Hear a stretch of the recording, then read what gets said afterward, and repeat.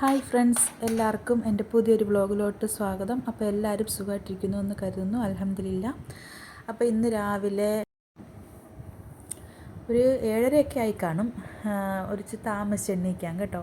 പിള്ളേർക്ക് സ്കൂളിലുള്ളപ്പോൾ നേരത്തെയൊക്കെ 5:30 5:45 ആകുമ്പോൾ എണ്ണീക്കും. പിന്നെ ഇന്നിപ്പോൾ അവധി ആയതുകൊണ്ട് ഞായറാഴ്ചയല്ലയോ, അപ്പോൾ അവധി ആയതുകൊണ്ട് ഇന്ന് ഇച്ചിരി നേരം താമസിച്ച് എണ്ണീച്ചത് 7:30 ആയി. അപ്പം ഇവിടുത്തെ ഉമ്മയ്ക്കും വാപ്പായ്ക്കും ഒരു കല്യാണം ഉണ്ടായിരുന്നു. അപ്പോൾ രാവിലെ അവർക്ക് കല്യാണത്തിന് പോകണമായിരുന്നു. അപ്പോൾ ഞാൻ താൻ്റെ മാവൊക്കെ കലക്കിയെല്ലാം വെച്ചു, സോഡാപ്പൊടിയും ഉപ്പുമൊക്കെ ഇട്ട്. അപ്പം കലക്കി വെച്ചിട്ട് സെറ്റാകാനുള്ള ടൈം എടുത്തില്ല. അതിന് മുമ്പേ ഇഡ്ഡലിക്ക് വേണ്ടി അങ്ങ് വെച്ചു. സോഡാപ്പൊടിയൊക്കെ ഇട്ട് വെക്കുമ്പോൾ കുറച്ച് നേരം ഒന്ന് സെറ്റാകാൻ ഒരു അരമണിക്കൂറെങ്കിലും അത് അങ്ങനെ റെസ്റ്റ് ചെയ്യണം. പക്ഷെ അത്രയൊന്നും ടൈം നമ്മൾ വെച്ചില്ല. അതിൻ്റേതായ ചെറിയൊരു ഇതുണ്ടായിരുന്നു. സംഭവം നല്ല സോഫ്റ്റ് പഞ്ഞ് പോലത്തെ ഇഡ്ഡലി നമുക്ക് കിട്ടിയിട്ടുണ്ട്. അപ്പം ഞാൻ താൻ്റെ സോഡാപ്പൊടി ഉപ്പും എല്ലാം കലക്കി അങ്ങോട്ട് സെറ്റാക്കി അവിടെ മൂടി വെച്ചേക്കുവാണ്. അപ്പം ആ സമയം അത് അങ്ങനെ മൂടി വെച്ചിട്ട് ഇന്നലെ ഞാൻ സാമ്പാറിനെല്ലാം വേവിച്ച് 2 വിസിൽ വരുത്തി വെച്ചിട്ടുണ്ടായിരുന്നു. പിന്നെ പരിപ്പ് ഞാൻ വെള്ളത്തിലിട്ട് വെച്ചിട്ട് ഞാൻ പരിപ്പ് ഇതിനകത്തോട്ടിട്ട് വേവിച്ചില്ലായിരുന്നു, അത് കുതിർത്താൻ വെച്ചേക്കുമായിരുന്നു. അപ്പം നമുക്ക് ഈ ഒരൊറ്റ കുക്കറേ ഉള്ളതുകൊണ്ട് ഈ ഒരു ചെറിയ കുക്കറേ ഉള്ളൂ. അപ്പം വലുതൊരെണ്ണം ഉണ്ട്, പക്ഷേ അതിനകത്ത് വിസിൽ വരത്തില്ല. ഇനി അത് മാറ്റി വേറെ എടുക്കണം. അപ്പം സാമ്പാർ ഞാൻ വേറൊരു ചീനച്ചട്ടിയിലോട്ട് മാറ്റിയിട്ട് അത് പിന്നെ കുക്കർ പിന്നെ കഴിയില്ല. ഓൾറെഡി സാമ്പാർ വെച്ച കുക്കർ ആയതുകൊണ്ട് ഞാൻ പിന്നെ കഴിയില്ല. അതിനകത്തോട്ട് തന്നെ പരിപ്പ് ഇട്ട് വെള്ളം ഒഴിച്ച് പിന്നെ ഉപ്പിട്ടില്ല. ഒരല്പം മഞ്ഞൾപ്പൊടി ഇട്ട്, ഗ്യാസിൻ്റെ പ്രശ്നമൊന്നും ഉണ്ടാകാതിരിക്കാൻ ഒരല്പം മഞ്ഞൾപ്പൊടി ഇട്ട് ഞാൻ ഒന്ന് വിസിലടിക്കാൻ വേണ്ടി വെക്കുവാണ്. ഒരു 2-3 ഒക്കെ വിസിൽ വരണം. ഓൾറെഡി തലേന്നേ വെള്ളത്തിലിട്ടതായതുകൊണ്ട് പെട്ടെന്ന് വേകാനാണ് ചാൻസ്. പിന്നെ നല്ല പരിപ്പ് വരുന്നു, അതുകൊണ്ട് കല്ലനൊന്നും അല്ലാത്തതുകൊണ്ട് പെട്ടെന്ന് വേകുകയും ചെയ്യും. അപ്പോൾ അത് ഞാൻ അടുപ്പത്തോട്ട് വെച്ചു. ഇത് ഞാൻ ഇന്നലെ തന്നെ ഉണക്കമുന്തിരി ഉണ്ടല്ലോ, അത് കുറച്ച് വെള്ളത്തിലിട്ട് വെച്ചിരുന്നതായിരുന്നു. രാവിലെ വെറും വയറ്റിൽ കഴിക്കാനൊക്കെ നല്ലതാണല്ലോ എന്ന് കരുതി അങ്ങനെ വെച്ചു. പക്ഷേ വെറും വയറ്റിലൊന്നും കഴിപ്പ് നടന്നില്ല കേട്ടോ. ഒന്നിന് പുറത്തായിട്ട് ജോലി ഇങ്ങനെ വന്നതുകൊണ്ട് അത് പിന്നെ കഴിക്കാമെന്നും പറഞ്ഞ് വെച്ചിരുന്നിട്ട് കഴിച്ചില്ല. അതുപോലെ തന്നെ പിന്നെ കട്ടൻ ചായ ഞാൻ ഇട്ട് വെച്ചിട്ട് അത് ഇപ്പം കുടിക്കാമെന്ന് വിചാരിച്ചിട്ട് അത് ഇരുന്ന് ആറി എപ്പോഴോ എടുത്ത് കുടിക്കാൻ പറ്റിയില്ല. പിന്നെ ഞാൻ ഇഡ്ഡലിക്ക് വേണ്ടി ഇഡ്ഡലി പാത്രം എടുത്ത് അടുപ്പേ വെച്ചിട്ടുണ്ട്. ഞാൻ മാവൊക്കെ ഒഴിച്ചു കൊടുക്കുകയാണ്. ഞങ്ങളുടെ ഇവിടുത്തെ ഇഡ്ഡലിയുടെ തട്ടിലൊന്നും വലിയ കുഴിയില്ല. അതുകൊണ്ട് ഇങ്ങനെ ചെറിയ തവിക്കനത്തിൽ, നമ്മുടെ തവി ഉണ്ടല്ലോ, ആ തവിയുടെ ചെറിയ കനത്തിലുള്ള ഇഡ്ഡലിയെ കിട്ടത്തുള്ളൂ. നമ്മൾ ഇങ്ങനെ കാണിക്കുമ്പോൾ വലിയ ഇച്ചിരി ആഴത്തിൽ മാവൊക്കെ ഒഴിച്ച് വെക്കാമെന്ന് തോന്നും. പക്ഷേ സംഭവം ഒന്നും ഇല്ല കേട്ടോ.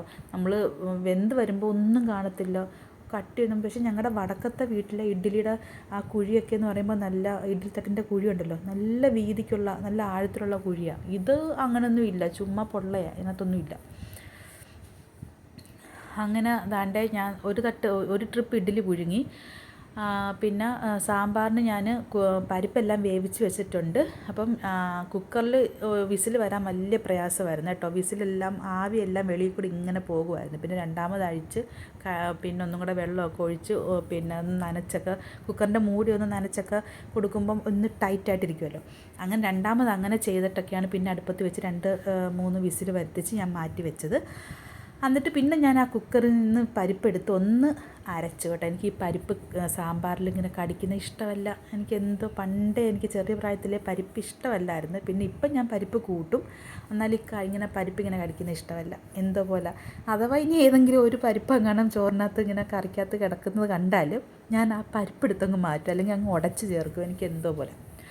അപ്പോൾ ഞാൻ അതെല്ലാം പരിപ്പെല്ലാം അരച്ച് വെച്ചിട്ടുണ്ട്. ഇനി സാമ്പാറിന് ഞാൻ കടുക് താളിച്ച് ഉണക്കമുളക്, കറിവേപ്പില ഇതെല്ലാം താളിച്ചിട്ട് ഇതിനകത്തോട്ട് നമ്മളിപ്പോൾ നേരത്തെ സാമ്പാറിന് പൊടിത്തരങ്ങളെല്ലാം ഇട്ട് വിസിലടിപ്പിച്ച് വെച്ചായിരുന്നല്ലോ, അത് പച്ചക്കിട്ട് വെച്ചതായിരുന്നു. ഇനി നമ്മളൊന്ന് വറുക്കാൻ പോവാം, എണ്ണയ്ക്കകത്തൊന്ന് വഴറ്റിയെടുക്കാൻ പോവാം. അതിന് വേണ്ടി ഇച്ചിരി ഉലുവാപ്പൊടി, ഇച്ചിരി നല്ല ജീരകപ്പൊടി, കായപ്പൊടി, ഇത് 3 ഈ മൂപ്പിച്ച ഈ കടുക് താളിച്ച എണ്ണയ്ക്കകത്തോട്ടിട്ട് വഴറ്റിയിട്ട് അതിനകത്തോട്ട് ഇച്ചിരി സാമ്പാർ പൊടി ഒരു ഇച്ചിരി ഒന്നും അല്ല കേട്ടോ, ഒരു 3 ടീസ്പൂൺ അടുത്ത് ഞാൻ ഇട്ടിട്ടുണ്ട്. അത് ഇട്ടപ്പോൾ ഇച്ചിരി കൂടിപ്പോയി. അതുകൊണ്ട് നല്ല ടേസ്റ്റും ഉണ്ടായിരുന്നു കേട്ടോ. നമ്മൾ കുറച്ച് സാമ്പാർ പൊടി കുറച്ചിട്ടതിനെക്കാട്ടിയും ടേസ്റ്റ് കൂടുതലിടുമ്പോൾ. ഞാൻ നേരത്തെയൊക്കെ സാമ്പാർ പൊടി കുറച്ചായിടുന്നത്, ഇപ്പം ഇച്ചിരി കൂടുതലിട്ടപ്പോൾ നല്ല ടേസ്റ്റ് ഉണ്ട് കേട്ടോ. അപ്പോൾ നമ്മുടെ കയ്യിൽ നിന്ന് അറിയാതെ വീണതാണെങ്കിലും സംഭവം നല്ലതായി. അപ്പം ദാണ്ടെ അതെല്ലാം വഴറ്റിയിട്ട് ഞാൻ സാമ്പാറിലോട്ട് ആഡ് ചെയ്ത് കൊടുക്കുകയാണ്. എന്നിട്ട് എല്ലാം കൂടെ മിക്സ് ചെയ്ത് നമ്മുടെ പരിപ്പും അരച്ച് വെച്ചതും കൂടെ മിക്സ് ചെയ്ത് കൊടുത്ത് പാകത്തിനുള്ള ഉപ്പും ഇട്ട് കൊടുത്തിട്ട് അതൊന്ന് തിളപ്പിച്ച് എടുക്കാമെന്ന് വിചാരിച്ചു. ഇപ്പം ഇതിപ്പോൾ സാമ്പാർ നല്ല വെള്ളത്തിൽ ഇങ്ങനെ ഇരിക്കുന്നല്ലേ. ഇതിപ്പം പരിപ്പും ഇതെല്ലാം കൂടി ഇട്ടങ്ങോട്ട് കുഴച്ച് തിളപ്പിച്ച് കഴിഞ്ഞപ്പോൾ നല്ല കുറുകനെ നല്ല അടിപൊളി സാമ്പാർ കിട്ടിയിട്ടുണ്ട്. തക്കാളിയൊക്കെ ഇച്ചിരി കൂടുതലിട്ട് പിഴിപുളി വെള്ളമൊക്കെ ഉള്ളതുകൊണ്ട് നല്ല അടിപൊളി സാമ്പാറായിരുന്നു. ഞാനത് രാവിലെ ഇഡ്ഡലിക്ക് കഴിച്ചതേ ഉള്ളൂ, ബാക്കി എടുത്തങ്ങ് ഫ്രിഡ്ജ് വെച്ചു. കാരണം നമ്മൾ ഈ ചിക്കൻ കറി, സത്യം പറയാമല്ലോ, ഈ ചിക്കൻ കറിയൊക്കെ വെക്കുന്നത് മീൻ കറി വെക്കുന്നതിനെക്കാട്ടിയൊക്കെ പാടാണ് എനിക്ക് ഈ സാമ്പാർ വെക്കാൻ. എനിക്ക് ഒത്തിരി ജോലി ഉള്ളതുപോലെ തോന്നുക. ആദ്യം പച്ചക്കറി അരിയുക, പിന്നെ കുക്കറിലോട്ടിടുക, കുക്കറിലോട്ടിട്ട് വേവിക്കുക, വിസിലടിപ്പിക്കുക, പിന്നെ അത് മാറ്റി വെക്കുക, പിന്നെ പ്രത്യേകം പരിപ്പ് വേവിക്കുക, ഒന്നും പറയണ്ട, നല്ല പണി. പിന്നെ അത് കഴിഞ്ഞ് അതെല്ലാം കൂടെ മിക്സ് ചെയ്തിട്ട് പിന്നെ വേറെ കടുക് താളിച്ച് പിന്നെ ഈ പൊടിത്തരങ്ങളെല്ലാം മൂപ്പിക്കണം. ഇതിനെക്കാട്ടിയൊക്കെ എന്ത് ഭേദമാണ് ഒരു ഇച്ചിരി ഇറച്ചിക്കറി വെക്കുന്നതും ഇച്ചിരി മത്തിക്കറിയും മീൻ കറിയൊക്കെ വെക്കുന്നതും ഒക്കെ. സാമ്പാറെന്ന് ആലോചിക്കുമ്പോൾ തന്നെ ഇതെല്ലാം ആലോചിക്കുമ്പോൾ ഭയങ്കര മടി. അവിയലിന് പോലും ഇത്രയും മെനക്കേടില്ലെന്ന് തോന്നിപ്പോവും. പക്ഷേ മോക്കാണെങ്കിൽ ഭയങ്കര ഇഷ്ടമാണ് ഈ സാമ്പാർ. അങ്ങനെ അത് കുറച്ചെടുത്തങ്ങ് ഫ്രിഡ്ജ് വെച്ചു. പിന്നെ സ്കൂളിൽ എൻ്റെ അടുത്ത് പറഞ്ഞു, ഉമ്മച്ചി എനിക്ക് ഇഡ്ഡലി സാമ്പാറും ഉച്ചയ്ക്ക് തന്ന് വിട്ടാൽ മതി നാളെ. അപ്പോൾ നാളെ സ്കൂള് തുറക്കുമല്ലേ, തിങ്കളാഴ്ച. അപ്പോൾ അതിന് നേരത്തെ പറഞ്ഞു വെച്ചേക്കും എനിക്ക് ഇഡ്ഡലി സാമ്പാറും മതി ഉച്ചയ്ക്കെന്ന്. ചോറ് വേണ്ട. അതിപ്പോൾ കഴിവതും ചോറ് കുറയ്ക്കുവാണ്.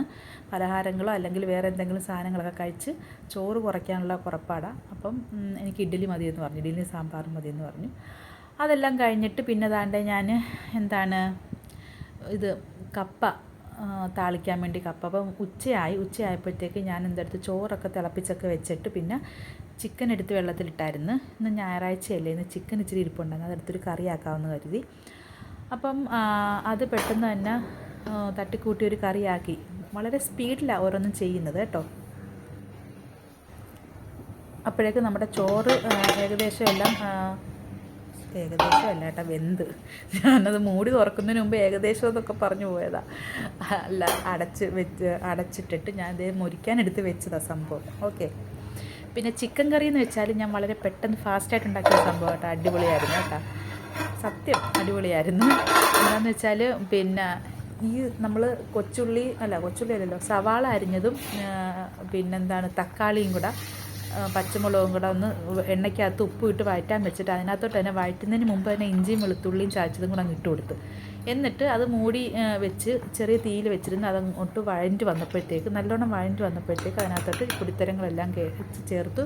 ഈ ചിക്കൻ മസാലയും കൂടെ ചേർത്തു. ചിക്കൻ മസാല ഇച്ചിരി എൻ്റെ കയ്യിൽ നിന്ന് ഈ സാമ്പാർ പൊടി സാമ്പാറിനകത്ത് കൂടുതൽ വീഴുക, ചിക്കൻ മസാല ചിക്കൻ കറിക്കകത്ത് കൂടുതൽ വീഴുക, ഒരുപാട് വീണ്. അതുകൊണ്ട് നല്ലോണം അതൊക്കെ വഴറ്റിയെടുത്ത് കറി വെച്ചപ്പം അടിപൊളി ടേസ്റ്റ്. ഓക്കെ. അപ്പം നമ്മുടെ ചിക്കൻ കറിയുമായി കപ്പയും താളിച്ച്. പിന്നെ ഞാൻ അപ്പം ഒരു ക്യാരറ്റും 2 ക്യാരറ്റ്, ഒരു ചെറിയ ക്യാരറ്റ് ഉണ്ടല്ലേ, അതും ഒരു വലിയ ക്യാരറ്റും, ഒരു തക്കാളി, ഒരു കുക്കുംബർ, ഇത്രയും കൂടെ ഞാൻ ഇച്ചിരി ക്യാബേജ് എല്ലാം കൂടെ ഞാൻ എടുത്ത് വെച്ചിരുന്നു. അപ്പോൾ അത് എനിക്കൊന്ന് ഞാൻ പറഞ്ഞു കൊച്ചായിട്ട് സ്ക്വയർ പീസിൽ അരിഞ്ഞ് തരാൻ പറഞ്ഞു. അപ്പോൾ ഞാൻ അരിഞ്ഞോളാമെന്നും പറഞ്ഞ് അവളിരുന്ന് അരിഞ്ഞു. അപ്പോൾ അതിൻ്റെ ഇടയ്ക്ക് അവളൊരു കുക്കുംബർ എടുത്തിട്ട് തനിയെ അരിഞ്ഞ് എന്തൊക്കെയാണ് സോസ്, പിന്നെ സോയാ സോസ്, ടൊമാറ്റോ കച്ചപ്പ്, ഇതെല്ലാം കൂടെ മിക്സ് ചെയ്തെല്ലാം എന്തൊക്കെയോ കാട്ടിക്കൂട്ടി വെച്ചിട്ടുണ്ട്. അത് കഴിഞ്ഞിട്ട് ഇതും കൂടെ അരിഞ്ഞു തരാമെന്നും പറഞ്ഞപ്പോൾ ഒരു നാരങ്ങയും എടുത്ത് വെച്ചിട്ടുണ്ട്. അരിഞ്ഞു തരാമെന്നും പറഞ്ഞ് എല്ലാം എനിക്ക് അരിഞ്ഞു തന്നു കേട്ടോ. അപ്പോൾ അതിനകത്ത് ഈ ഒരു ചെറിയ കുഞ്ഞൻ ക്യാരറ്റ് അരിയാൻ മറന്നുപോയി അവൾ. അതിപ്പോൾ ഞാൻ ഇപ്പോൾ ഇരുന്ന് അരിയുമായിരുന്നു. ഇത് തണുത്തതായതുകൊണ്ടാണ് എനിക്കങ്ങ് തൊണ്ടയ്ക്ക് വലിയ ബുദ്ധിമുട്ട് ഈ ഇതൊക്കെ തിന്നിട്ട് കഴിച്ചിട്ട്. അപ്പം ഞാനിപ്പോൾ ഇച്ചിരി ചൂടുവെള്ളം ഒഴിച്ചിങ്ങനെ പിഴിഞ്ഞെടുക്കുമായിരുന്നു, അങ്ങനൊരു പ്രശ്നം ഉണ്ടാകാതിരിക്കാൻ. എന്നിട്ടും എനിക്ക് തൊണ്ടയ്ക്ക് പ്രശ്നമുണ്ട്.